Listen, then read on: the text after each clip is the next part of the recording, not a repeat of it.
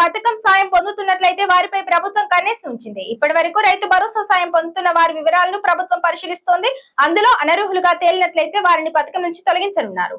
మార్చిలో మొదటి విడత డబ్బులు విడుదల చేసింది ప్రభుత్వం. అది కూడా ఎకరం భూమి ఉన్న రైతులకు మాత్రమే విడుదల చేయగా ఇప్పుడు ఎకరం నుంచి 5 ఎకరాల్లోపు ఉన్న రైతుల అకౌంట్లో డబ్బులు జమ చేయనుంది. అర్హులైన రైతులకు దరఖాస్తు సమయంలో సమర్పించిన మొబైల్ నెంబర్లు మెసేజ్లు వస్తాయి. తద్వారా రైతులు తమ అకౌంట్లలో రైతు భరోసా నిధులు పడ్డాయో లేదో చెక్ చేసుకోవచ్చు.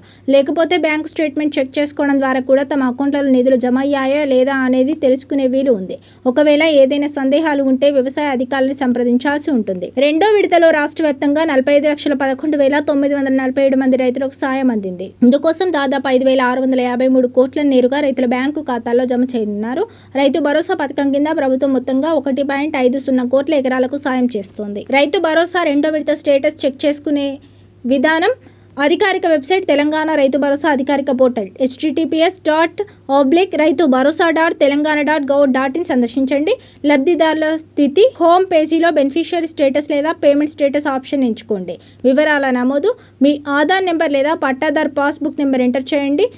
వివరాలను సమర్పించి తర్వాత మీ పేరు, చెల్లింపు వివరాలు, ఎన్ని డబ్బులు జమ అయ్యాయో స్క్రీన్పై కనిపిస్తుంది. ఈ రైతు భరోసా పథకానికి అందరూ అర్హులు కారు. ఈ పథకం ప్రయోజనం పొందాలంటే తెలంగాణ రాష్ట్రానికి చెందిన రైతు అయి ఉండాలి.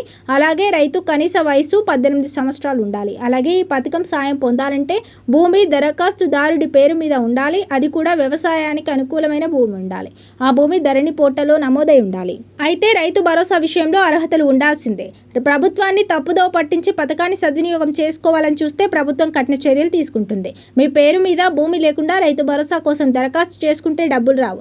అది కూడా మీ పేరుపైనే భూమి ఉండాలి. తప్పుడు పత్రాలను సృష్టించి పథకాన్ని పొందేందుకు చూస్తే ఇబ్బందులు ఎదుర్కోవాల్సి ఉంటుంది. అలాగే సాగు యోగ్యం కాని భూములు అంటే బీడు భూములు, రాళ్లు, రప్పలు, కొండలు, రియల్ ఎస్టేట్ వెంచర్లు, కాల్వలు, వాణిజ్య సముదాయాలకు చెందిన భూములు ఉన్నవారు రైతు భరోసా పథకానికి అర్హులు కారు. ఇలాంటి భూమి ఉండి దరఖాస్తు చేసుకుంటే పథకం సాయం అందదని గుర్తుంచుకోండి.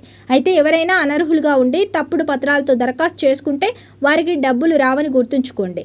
రాష్ట్రంలో ఎవరైనా